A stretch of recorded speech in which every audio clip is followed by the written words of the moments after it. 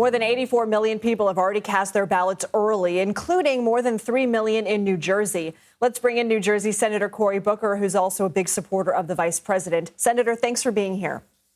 It is so good to be on with you. Thank you. On an exciting day. What states do you believe the Harris-Walz campaign needs the most to win? Well, we all know a lot of eyes are on Pennsylvania. It's the pathway to the presidency.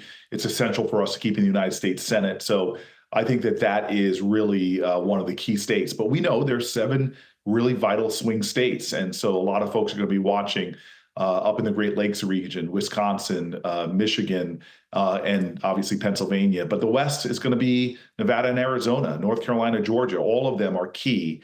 And that's why I've been traveling all around the country these last months, hitting these states. But right now, there's something different happening. The closing arguments, I think, have really had an impact on this race. You get Madison Square Garden and the kind of vitriol and bigoted and just really outrageous comments versus Kamala Harris, who's really bringing it back to the economics of American families, talking about the kind of tax breaks from the child tax credit to expanding tax breaks for small businesses.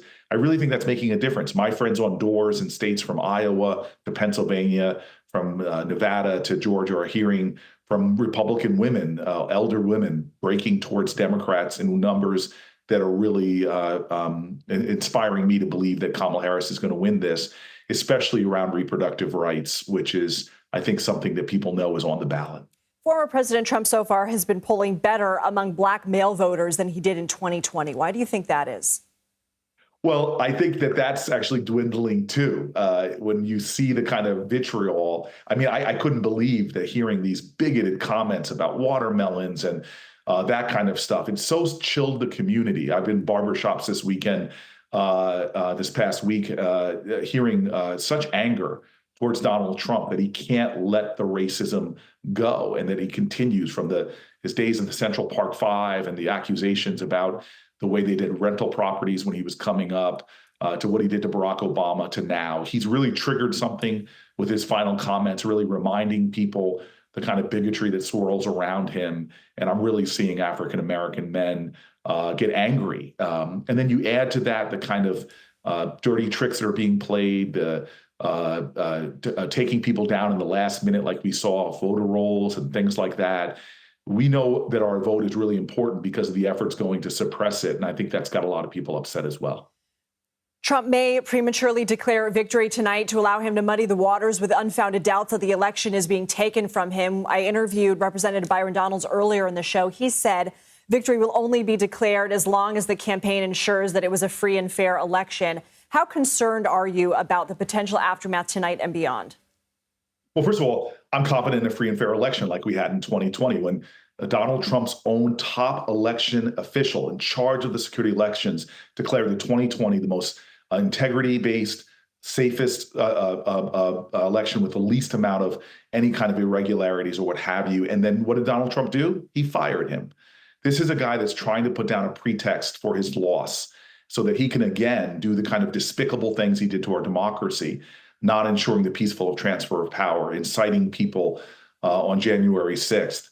This is why Donald Trump's own national security team, from his 2 former Secretary of Defenses, from his Attorney General to his Secretary of State to his Marine General Chief of Staff, have all said Donald Trump is a danger to our democracy. In fact, his former Marine General Chief of Staff called him a fascist or fascist-like tendencies.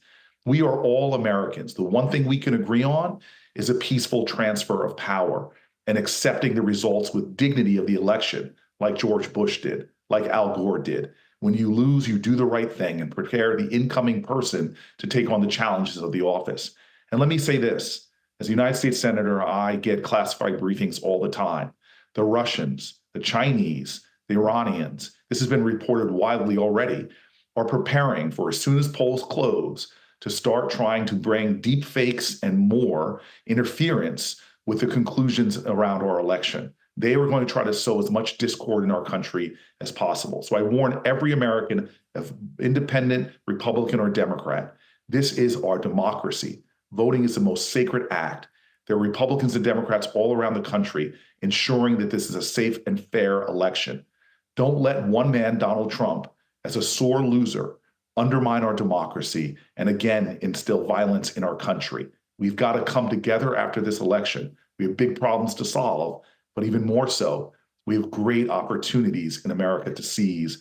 We could only do them if we do it together. Senator Cory Booker, thank you for your time. Thank you very much.